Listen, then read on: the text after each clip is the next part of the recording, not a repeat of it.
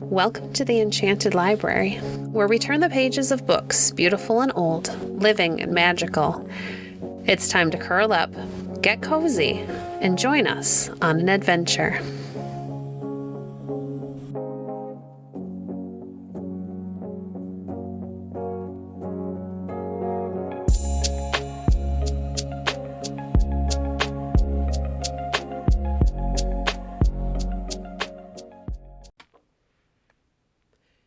Today we're reading from 20 Beautiful Stories from Shakespeare by Edith Nesbit, Hamlet. Hamlet was the only son of the King of Denmark. He loved his father and mother dearly, and was happy in the love of a sweet lady named Ophelia. Her father, Polonius, was the king's chamberlain. While Hamlet was away studying at Wittenberg, his father died. Young Hamlet hastened home in great grief to hear that a serpent had stung the king and that he was dead. The young prince had loved his father so tenderly that you may judge what he felt when he found that the queen, before yet the king had been laid in the ground a month, had determined to marry again, and to marry the dead king's brother. Hamlet refused to put off mourning for the wedding. "It is not only the black I wear on my body," he said, "that proves my loss. I wear mourning in my heart for my dead father. His son at least remembers him and grieves him still." Then said Claudius, the king's brother, "This grief is unreasonable. Of course you must sorrow at the loss of your father, but—" "Ah," said Hamlet bitterly, "I cannot in one little month forget those I love." With that, the queen and Claudius left him to make merry over their wedding, forgetting the poor good king who had been so kind to them both. And Hamlet, left alone, began to wonder and to question what he ought to do, for he could not believe the story about the snake bite. It seemed to him all too plain that the wicked Claudius had killed the king, so as to get the crown and marry the queen.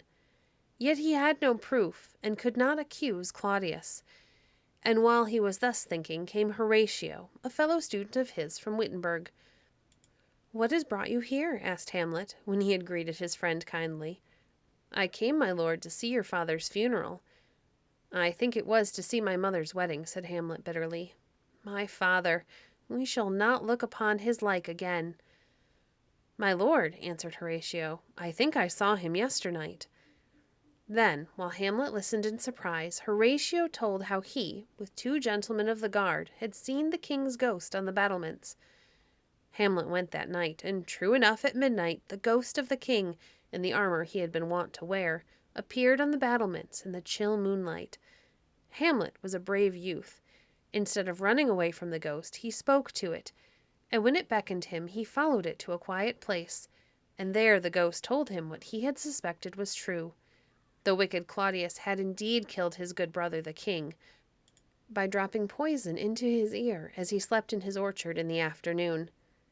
"And you," said the ghost, "must avenge this cruel murder on my wicked brother. But do nothing against the queen, for I have loved her, and she is your mother. Remember me." Then, seeing the morning approach, the ghost vanished. "Now," said Hamlet, "there is nothing left but revenge. Remember thee, I will remember nothing else. Books, pleasure, youth, let all go, and your commands alone live on in my brain." So when his friends came back, he made them swear to keep the secret of the ghost, and then went in from the battlements, now gray with mingled dawn and moonlight, to think how he might best avenge his murdered father. The shock of seeing and hearing his father's ghost made him feel almost mad, and for fear that his uncle might notice that he was not himself, he determined to hide his mad longing for revenge under a pretended madness in other matters. And when he met Ophelia, who loved him, and to whom he had given gifts and letters and many loving words, he behaved so wildly to her that she could not but think him mad. For she loved him so that she could not believe he would be as cruel as this, unless he were quite mad. So she told her father, and showed him a pretty letter from Hamlet. And in the letter was much folly, and this pretty verse: "Doubt that the stars are fire, doubt that the sun doth move, doubt truth to be a liar, but never doubt I love." And from that time everyone believed that the cause of Hamlet's supposed madness was love.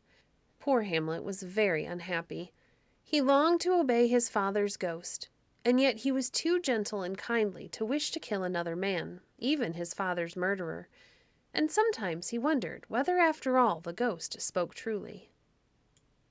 Just at this time, some actors came to the court, and Hamlet ordered them to perform a certain play before the king and queen. Now, this play was the story of a man who had been murdered in his garden by a near relation who afterwards married the dead man's wife. You may imagine the feelings of the wicked king as he sat on his throne, with the queen beside him and all his court around, and saw, acted on stage, the very wickedness that he himself had done. And when, in the play, the wicked relation poured poison into the ear of the sleeping man, the wicked Claudius suddenly rose and staggered from the room, the queen and others following. Then said Hamlet to his friends, "Now I am sure the ghost spoke true. For if Claudius had not done this murder, he could not have been so distressed to see it at play." Now the queen sent for Hamlet, by the king's desire, to scold him for his conduct during the play, and for other matters, and Claudius, wishing to know exactly what happened, told old Polonius to hide himself behind the hangings in the queen's room. And as they talked, the queen got frightened at Hamlet's rough, strange words, and cried for help, and Polonius behind the curtain cried out too. Hamlet, thinking it was the king who was hidden there, thrust with his sword at the hangings, and killed not the king, but poor old Polonius. So now Hamlet had offended his uncle and his mother, and by bad hap killed his true love's father. "Oh, what a rash and bloody deed is this!" cried the queen. And Hamlet answered bitterly, "Almost as bad as to kill a king and marry his brother." Then Hamlet told the queen plainly all his thoughts and how he knew of the murder, and begged her, at least, to have no more friendship or kindness of the base Claudius, who had killed the good king. And as they spoke, the king's ghost again appeared before Hamlet, but the queen could not see it. So when the ghost had gone, they parted. When the queen told Claudius what had passed, and how Polonius was dead, he said, "This shows plainly that Hamlet is mad, and since he has killed the chancellor, it is for his own safety that we must carry out our plan and send him away to England." So Hamlet was sent, under charge of 2 courtiers who served the king, and these bore letters to the English court, requiring that Hamlet should be put to death. But Hamlet had the good sense to get at these letters, and put in others instead with the names of the 2 courtiers who were so ready to betray him. Then, as the vessel went to England, Hamlet escaped on board a pirate ship, and the 2 wicked courtiers left him to his fate and went on to meet theirs. Hamlet hurried home, but in the meantime a dreadful thing had happened. Poor, pretty Ophelia, having lost her lover and her father, lost her wits too, and went in sad madness about the court, with straws and weeds and flowers in her hair, singing strange scraps of songs, and talking poor, foolish, pretty talk, with no heart of meaning to it. And one day, coming to a stream where willows grew, she tried to hang a flowery garland on a willow, and fell into the water with all her flowers, and so died. And Hamlet had loved her, though his plan of seeming madness had made him hide it, and when he came back, he found the king and queen and court weeping at the funeral of his dear love and lady. Ophelia's brother Laertes had also just come to the court to ask justice for the death of his father, old Polonius. And now, wild with grief, he leaped into his sister's grave to clasp her in his arms once more. "I loved her more than 40,000 brothers," cried Hamlet, and leaped into the grave after him, and they fought till they were parted. Afterwards Hamlet begged Laertes to forgive him. "I could not bear," he said, "that any, even a brother, should seem to love her more than I." But the wicked Claudius would not let them be friends. He told Laertes how Hamlet had killed old Polonius, and between them they made a plot to slay Hamlet by treachery. Laertes challenged him to a fencing match, and all the court were present. Hamlet had the blunt foil always used in fencing, but Laertes had prepared for himself a sword, sharp and tipped with poison, and the wicked king had made ready a bowl of poisoned wine, which he meant to give poor Hamlet when he should grow warm with the sword-play and should call for drink.